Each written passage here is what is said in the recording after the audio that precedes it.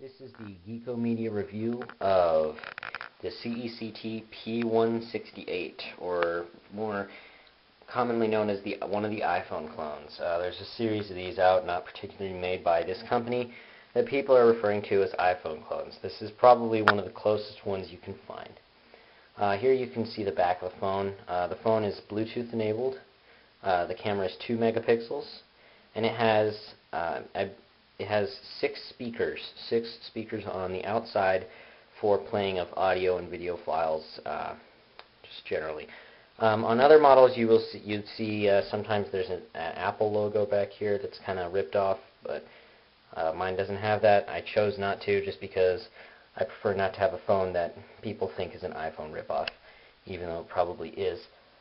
But we'll begin by showing you some of the features, if I can get the back off. Okay, this phone comes with 2 batteries standard. They're about, they've got pretty good capacity in them. Lasts a couple, I'd say a good 2 days on normal usage. That's judging about 20 minutes of talk time a day. You might do a lot more than that, but interesting feature about this phone, it has 2 SIM card ports. There's 2 places for 2 SIM cards which can be switched. They're not able to be used simultaneously, but it's real simple to switch over from one to the other. It also uses mini SD as its storage method, so that's up to 2 gigabytes of storage.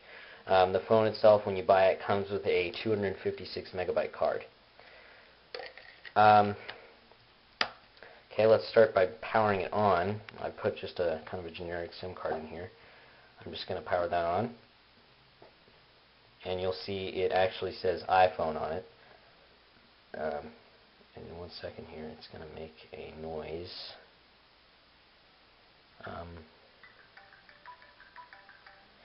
So yeah, it's a nice little phone. It's plastic, but some nice accents on it. The front is made out of kind of a varnished black plastic. All the buttons light up and all that. It is a full touch screen. That's the nice thing, except for these buttons down here. But otherwise, it's full touch screen. You can see if my camera will focus. I guess not. But I'm running it on singular right now, I think. And to access the main menu, you can either push this middle silver square, or there's a little button right here on the touch screen that has a house on it. Just go ahead and tap that, and you'll see here's your camera, and this is kind of the entertainment section. You've got the camera, video player, and audio player in that section. We've got all the kind of personal stuff like messages and phone books, call log, an audio book player, or ebook player, sorry. Multimedia section, you've got your web here and extra programs, etc. Multimedia viewer, settings, and the user profiles for ringtones and stuff. If you click on File Manager, that's also where you would locate a video or audio file. And finally here you've got Mail, and that's just like any other phone mail. It's POP3. So anyway, yeah, let's start with the camera. Pretty simple camera. It's 2 megapixels, which isn't bad at all. I'm filming this in my bathroom because that's the only place that's bright enough. But it's got lots of different effects on it. So that's a kind of a nice feature. And something that this has that the iPhone doesn't have that we've all wanted is a video camera.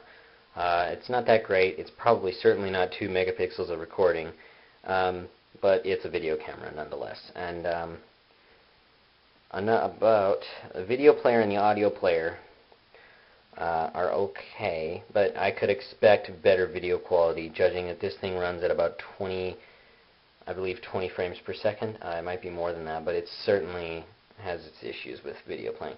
I'm going to go ahead and play a video for you. I went to the file viewer. I'm going to go to video. There's a bunch of phone videos that actually come on the phone. Here's one of them. The phone can be played in, the videos can be played in portrait or landscape mode. It is not it's not an accelerometer, so you can't just turn it over like that. You have to push this little button here that makes it full screen like that, and then you just play. So it's definitely not for watching action movies. It's got a pretty slow frame rate, and you can notice. I kind of zoom in here. You can see the frame switching over. So it's not that great, but it works.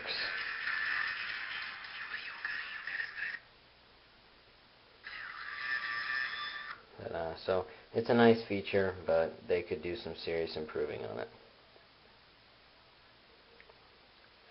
Anyway, you kind of get the idea about this. It's a nice phone, pretty good quality. It also has...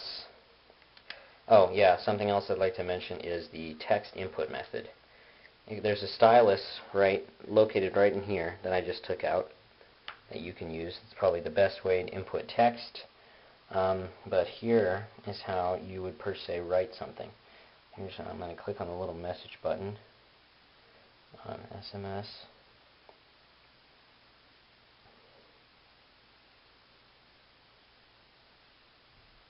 Okay, there's two ways you can do this. You can actually write the letter, a T, and you'll see that the T showed up there on the screen. You probably can't see that, but it did. Or you can use the keyboard. And you do that by pushing this little button down on the thing. And this certainly isn't for your thumbs. So the kind of annoying thing about that is that you'd have to get out the stylus every time you want to type something. And the problem with the handwriting recognition is that you can only do one letter at a time. So that has its restrictions, but yeah. So, you know, it's a nice featured phone, but it has its drawbacks in the software that could be potentially fixed one day in a later model, perhaps. And if that does happen, perhaps I will buy that and see what that's like. But anyway, so there's your review of the CECT P168 iPhone clone.